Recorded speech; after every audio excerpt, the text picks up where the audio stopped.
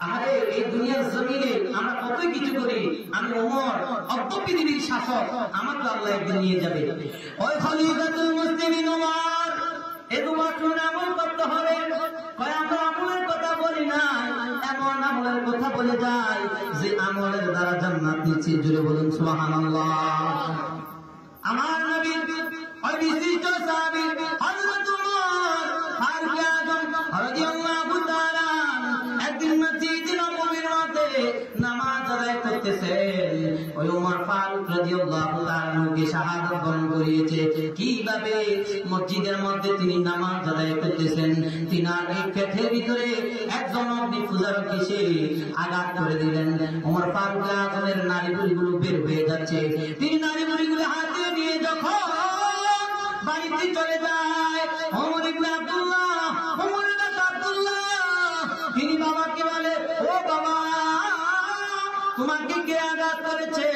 বলে, আমাকে একজন অগ্নি পূজারক আঘাত করেছে। আমার শেষ অবস্থা আমি চলে থেকে মাটিতে শুয়ে দাও। আমরা তো আজকে আরামের খাট পালন নিয়ে শুয়ে যাই। কেমন? তিনি বলে, আমাকে মাটিতে শোয়াও। কেন মাটিতে শোয়াইতাম? আমার আল্লাহর ইবাদত দিয়ে, আমি ইবাদতের বাহাদুরি দিয়া, নামাজ দিয়া, রোজা দিয়া, হজ দিয়া, যাকাত দিয়া আমি জান্নাতে যাইতে পারি কি পারি জানি না। আমার এগুলার গ্যারান্টি নেই নামাজ কবুল হয়েছে কিনা, রাষ্ট্র পরিচালনা করতে গিয়া ভুল হয়েছে কিনা আমার জানা নাই। আমার আল্লাহ যদি আমাকে জাহান্নাম দিয়ে দেয়, ও দুনিয়ার জমিনের মানুষ শোনো, আমার সন্তান শোনো, আমাকে একটু মাটিতে শোয়াও। কয়, কেন বাবা? মাটিতে শোয়াইলে আমি এমন একটা অসহায় অবস্থায় রয়েছি, আমার আল্লাহ যদি এটা দেখে, অর্ধ পৃথিবীর শাসক যে ওমর রাদিয়াল্লাহু তাআলা একবার রাস্তা দিয়ে হেঁটে গিয়েছে, ওই রাস্তা দিয়ে কিয়ামত পর্যন্ত শয়তান হাঁটে না। যে রাস্তা দিয়ে ওমর হেঁটে যায়, শয়তান ওই রাস্তায় হাঁটে না। ওমরকে কেমনটা ভয় পায়।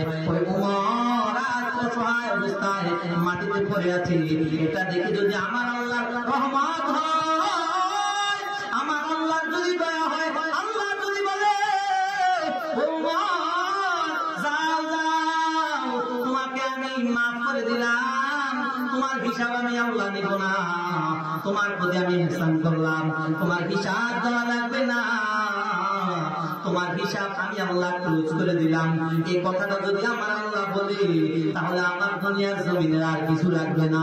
জোরে বলুন সুবহানাল্লাহ।